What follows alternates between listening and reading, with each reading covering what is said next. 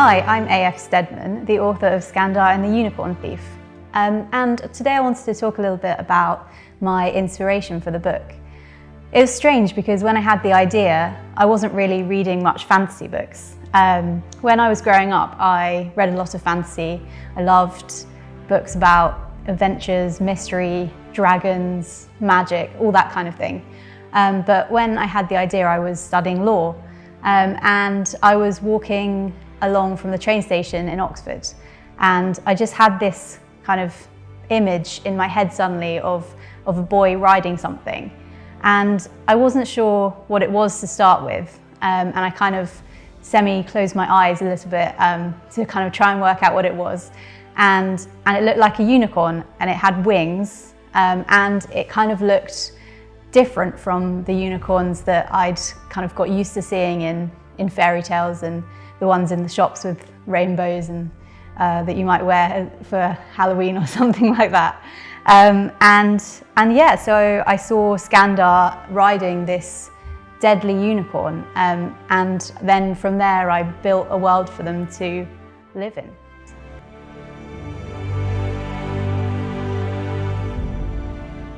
So in the world of Skandar, there are two kinds of unicorns: bonded unicorns and wild unicorns. Now, firstly with wild unicorns. Now these are the most dangerous, most bloodthirsty, most fearsome beasts that you could ever imagine. These aren't the kind of fluffy, friendly unicorns that we have kind of come to know, that have creeped into the shops and people hold soft toys of. No, these are the really, really dangerous ones. If you come across one, you're unlikely to survive. Then you have the bonded unicorns. Now these unicorns are still deadly and they're still bloodthirsty, but what makes the difference between them and the wild ones is that they bond with a rider for life. So a rider will hatch them from their egg. Yes, unicorns are born out of eggs, and then they will become a team. And because they're a team, it's a way for those unicorns to be controlled, and their rider is the only one who can really do that.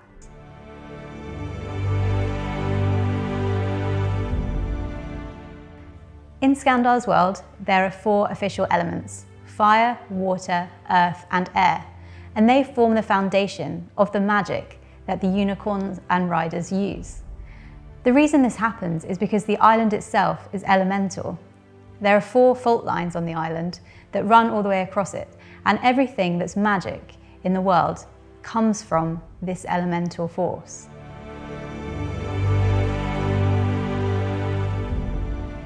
When Skandar first arrives on the island, he arrives at the Mirror Cliffs, which are kind of reflective as a way to kind of protect the island from discovery. He then makes his way to the hatchery. The hatchery is a big kind of green mound, if you think about a sort of Viking burial mound, and it has a big door, the hatchery door, which people are required to open if they want to hatch a unicorn inside. So after the hatchery, one of the other places that's really important for Skandar is the Eyrie. Now the Eyrie is the rider training school. It's kind of like the trees there are armour, and it's mainly made up of kind of tall trees and tree houses. And the tree houses aren't wood as you might expect, they're metal, and they've kind of all got sort of different decoration on them for the 4 elements. So there's kind of some metal painted red and yellow and green. So there's this kind of cacophony of different colours kind of amongst the green of the trees as well.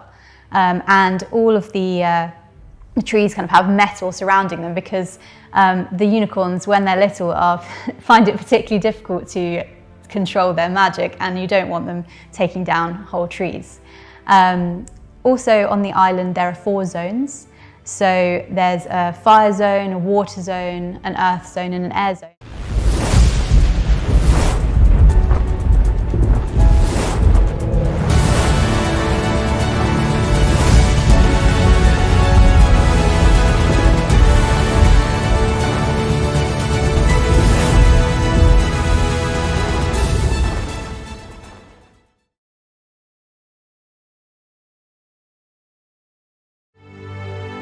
So the main character of Skandar and the Unicorn Thief is Skandar Smith. He's 13 years old and he lives on the mainland near Margate with his dad, Robert Smith, and his sister, Kenna, who's a year older than him. Skandar's got kind of messy brown hair, he's got muddy brown eyes, and he's not the most strong or sporty kind of boy you'd meet.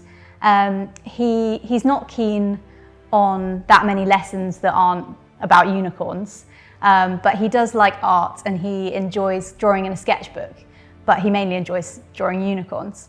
So Skandar, he doesn't really know how to stick up for himself very well. He tends to rely on his sister to do that for him, especially when he's being bullied by people at school. But he's got a kind of inner strength, and he has this fierce dream to become a unicorn rider, and that's all he's focusing on when the book begins. The Hatchery exam, which is the exam will determine whether or not he'll be able to become a rider. And he is just obsessed with anything to do with the world of the unicorns.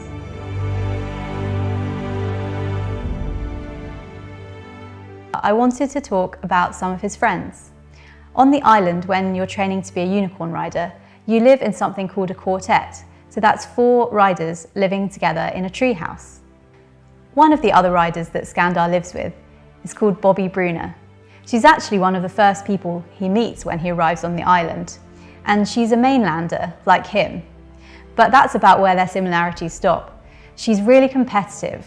She knows exactly what she wants. She never worries about what people think of her, and to be honest, she kind of doesn't really care what anyone says about her either. And she's the kind of person that you definitely want on your side rather than against you. But she's very loyal to Skandar, and she would kind of protect him with her life no matter what's happening. And she is definitely one of the friends who has the kind of personality that I think matches her element, and I won't tell you which one that is, but Bobby certainly is the element that she's allied to. So another member of Skandar's quartet is Flo Ciccone. She's an islander, and she knows a lot more about the island than Skandar does when he first arrives. And she's really kind to him, and she tells him lots of things that he would have no way of knowing because the island's quite secretive.